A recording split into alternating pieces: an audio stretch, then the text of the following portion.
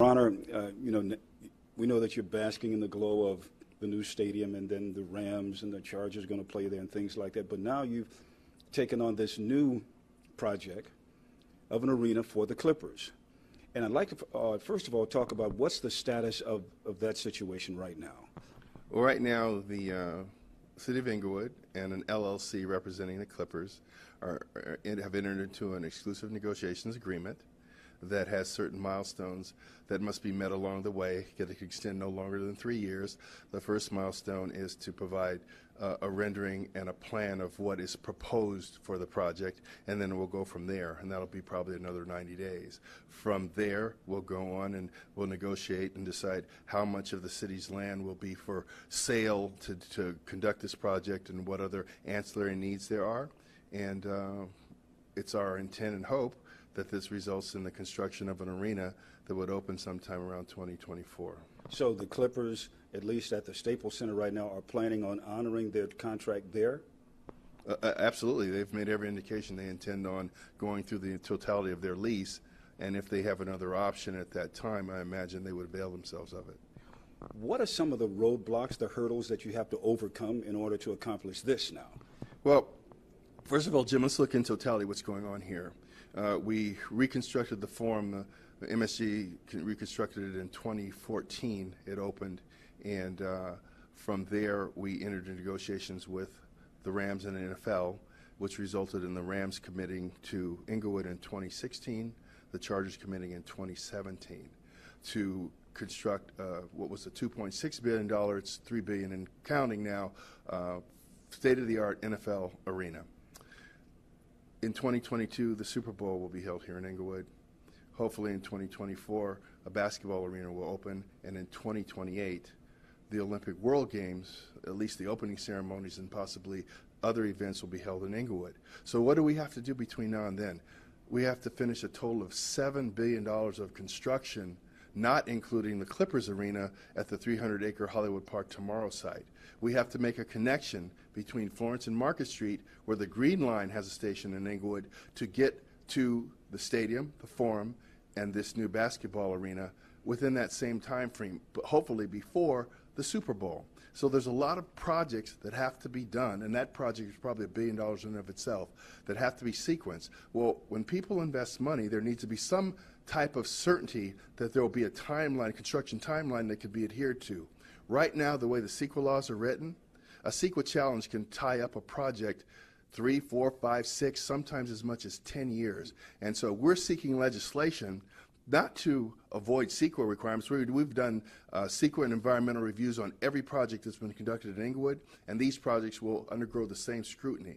But what we're seeking is certainty that the CEQA review process will be conducted in a timely process so that we can know and adhere to a construction timetable. So we're seeking legislation through our Senator, Steve Bradford, who's been very courageous. It's the Senate Bill 789, which will do a couple things. One, it will limit the time for a CEQA challenge when it's challenged in court to 9 months. 2, it would give us an exemption for the last mile connection, whether that be a Metrolink train, a monorail, a people mover, whatever it is, so that we could do that without waiting for the CEQA review.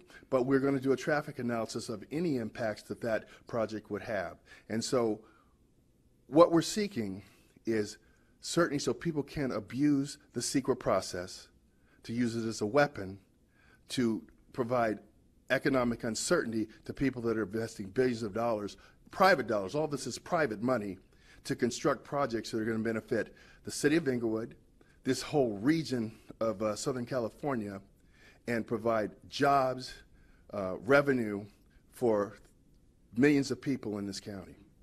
I mean, there are still a lot of hurdles to overcome, and also there's a lot of critics who are out there as well about this project.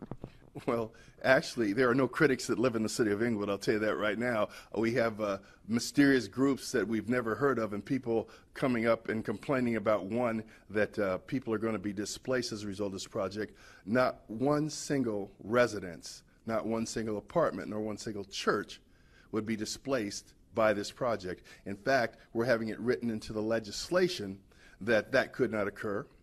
And we've already written it to in our recently approved ENA that cannot occur. We will not use eminent domain for residences or churches. Then there are people that complain that it's not going to be reviewed for environmental impacts. That's a total falsity. There's going to be a complete secret review, an EIR review of every one of these projects. And they're ignoring the fact that this land, 22 acres of it, is city land that will be sold in this transaction if it occurs, that has lain fallow for between 25 and 30 years. Rendered not $1 of property tax to fund our schools, not one job, not one bit of revenue to support the city. This project, like the other projects, will result in employment for thousands of people. It will result in employment for residents. It will result in sales tax, property tax to provide more public safety, infrastructure renewal, more library hours, more park hours, more recreation for our children. And so there are no opponents that are indigenous. There are competitors that see this as competition that would like to see this not happen. This is really kind of amazing because for the city of Inglewood, this is a win-win situation. This is not only a win-win for Inglewood, it's a win-win for the 10 million people in LA County, the 4 million people in Los Angeles. It provides recreational opportunities for the 74 million people that fly in and out of LAX every year. Our unemployment rate in Inglewood when I took office was 17.5%, one of the highest in the country. It is now 5.5% and dropping. That's the impact that these types of projects have on a community and on people's well-being. And I know you were talking about it, the city of Inglewood and your citizens are going to benefit from this.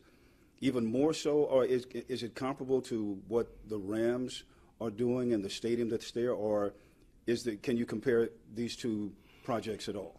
These projects, including the Forum, the stadium that's being built by Stan Kroenke and his company, and this arena that would be built by Steve Ballmer's company, are synergistic and compatible.